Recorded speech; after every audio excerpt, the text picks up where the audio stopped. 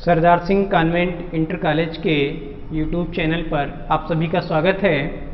आज हम कक्षा 4 विज्ञान विषय के अंतर्गत पाठ 2 को पढ़ेंगे और पाठ का नाम है पौधों में भोजन निर्माण। पौधों में भोजन का निर्माण कैसे होता है, पौधे अपना भोजन कैसे बनाते हैं।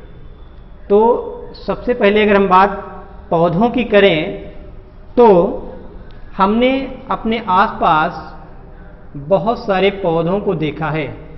हमने अपने आसपास बहुत सारे पौधों को देखा है।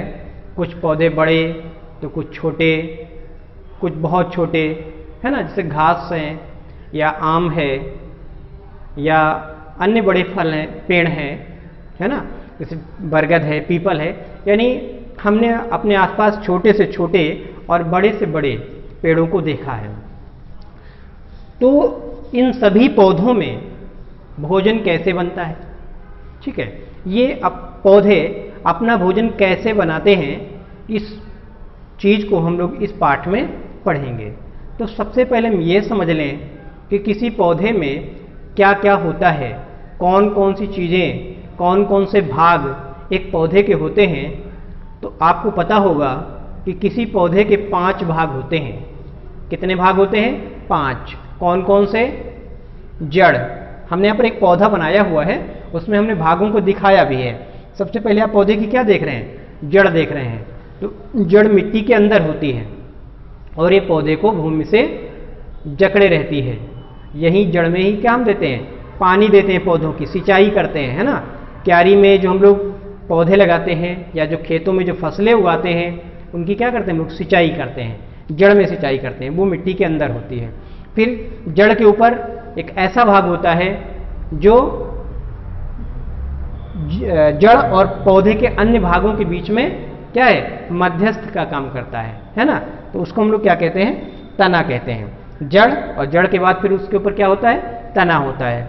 जो आम है या पीपल, बरगद, इन पौधों के जो तने हैं बहुत मोटे होते हैं, जबकि जो घास है या जो गेहूं, धान या इस प्रकार की जो फसलें हैं इनके तने अपेक्षाकृत क्या होते हैं? पतले और कमज़ोर होते हैं। कुछ पौधों के तने तो बहुत कमज़ोर होते हैं, जैसे आपने तुरई, लौकी, मटर, इन सब पौधों को देखा होगा तो इनके तने तो सीधे खड़े भी नहीं हो पाते, ये क्या है? फैलते हैं, ठीक है। तो जड़ के बाद का जो हिस्सा होता है वो क्या कहलाता है? तना कहलाता है। और इसी तने पर क्या लगती हैं? पत्तियाँ। पत्तियाँ कहाँ लगी होती हैं? तने पर लगी होती हैं, ठीक है। और इसके बाद फिर जब पौधा और बढ़ता है तो उसमें क्या आते हैं? फूल लगते हैं, है ना। कई बार आपने फूल वाले पौधे भी लगाए होंगे, गुलाब है या गेंदा है ना, चमेली, इस टाइप के फूल लगाते हैं आप लोग। या अन्य भी जो फसलें होती हैं या अन्य जो बड़े पौधे होते हैं, जैसे आम में भी फूल आता है।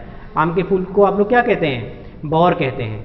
आम के फूल को आप लोग क्या कहते हैं? बौर कहते हैं। आम में बौर आ गया, है ना। ऐसे अन्य जो भी पौधे हैं सब में क्या लगते हैं? फूल लगते हैं। और फिर उन्हीं फूलों में क्या बनते हैं? फल बनते हैं, ठीक है। तो पौधे के कितने भाग हो गए? 5 भाग। कौन कौन से? जड़, तना, पत्ती, फल और फूल। आपसे पूछा जाए पौधे के कितने भाग होते हैं तो आप बताएंगे 5 भाग होते हैं।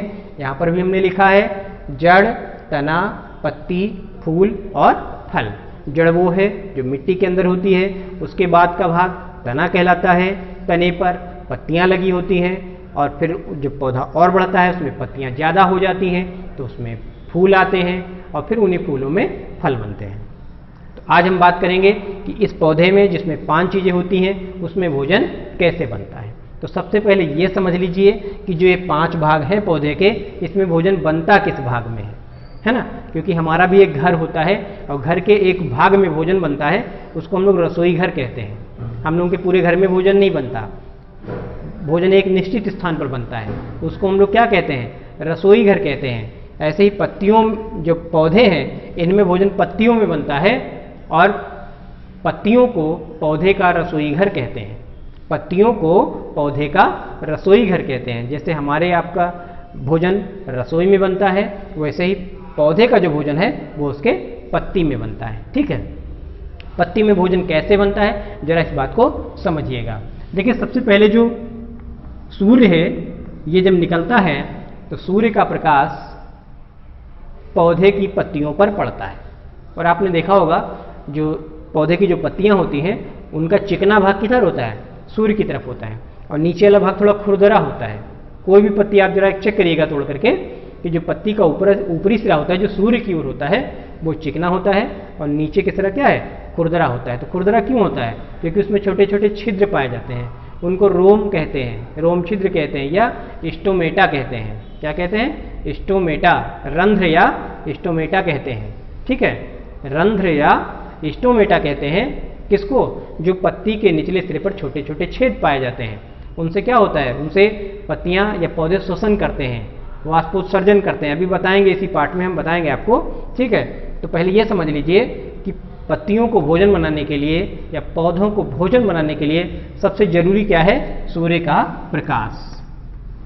क्या जरूरी है, सूर्य का प्रकाश बहुत जरूरी है भोजन बनाने के लिए। यानी अगर सूर्य का प्रकाश ना हो तो पौधे अपना भोजन नहीं बना सकते। तो पहली चीज क्या हो गई, सूर्य का प्रकाश। अब जब पौधों को सूर्य का प्रकाश मिल गया तो फिर दूसरी चीज की आवश्यकता होती है पानी की। क्या चाहिए, पानी चाहिए। अब पानी कहाँ देते हैं हम, पत्ती पे डालते हैं, पौधों की पत्ती पे पानी देते हैं, जड़ में देते हैं। तो आप कहेंगे कि पानी तो जड़ में देते हैं लेकिन भोजन पत्ती में बनता है।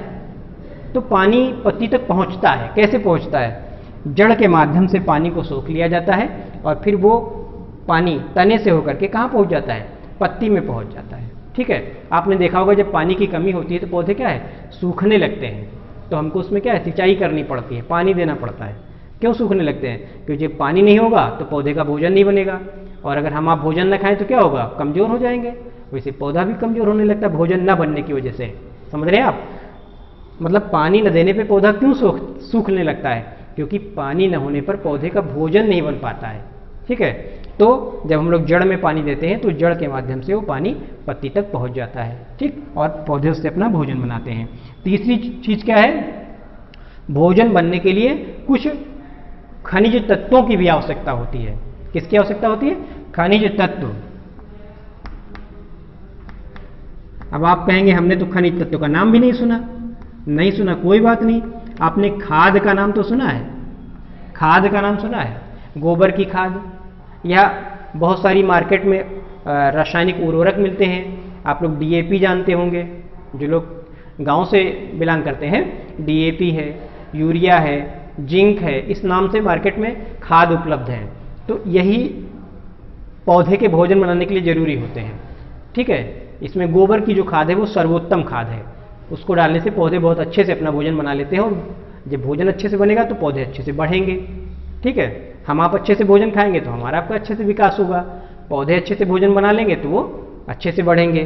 तो उसके लिए उनको खाद की आवश्यकता होती है, विभिन्न जो है क्या है, खनिज तत्वों की आवश्यकता होती है भोजन बनाने के लिए, वो उसको खाद से मिलते हैं। तो खाद भी हम कहाँ डालते हैं, जड़ में डालते हैं, और पानी के साथ वो खाद सोख करके पत्तियों तक पहुंच जाती है।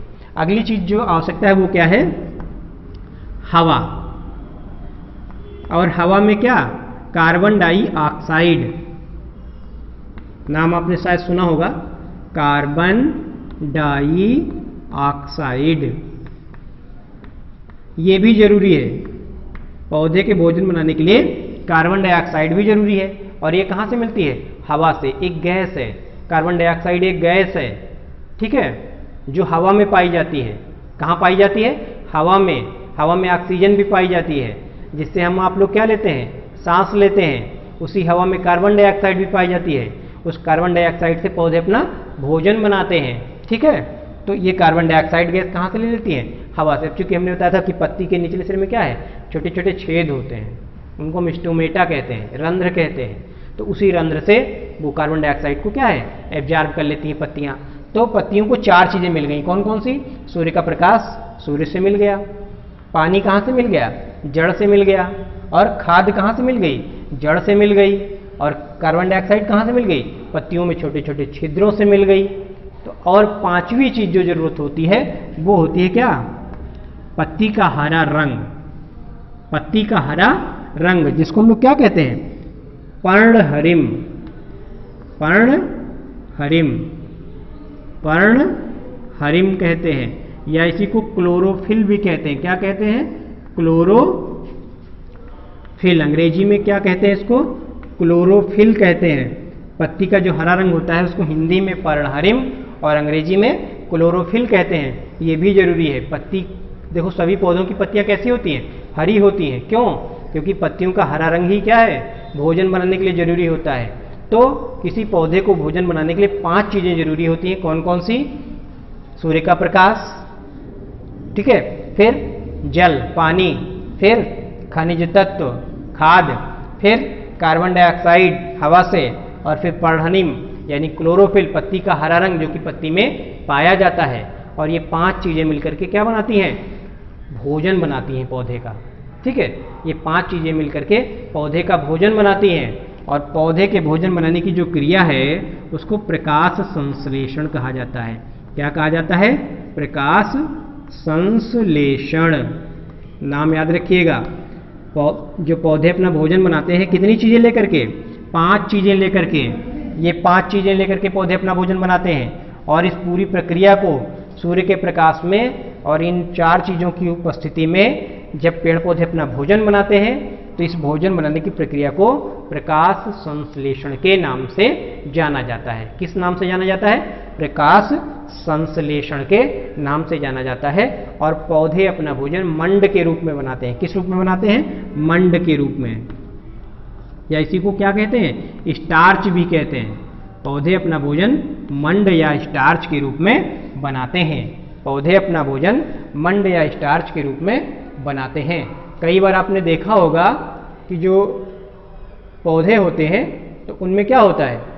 जब आप पौधे में कहीं से कट हो जाती है, पौधे में कहीं से कट हो जाए थोड़ा सा, या उसमें उसका छिलका थोड़ा सा छिल जाए, तो वहाँ पर एक लसदार पदार्थ निकलता है जिसको हम लोग गाद कहते हैं, है ना?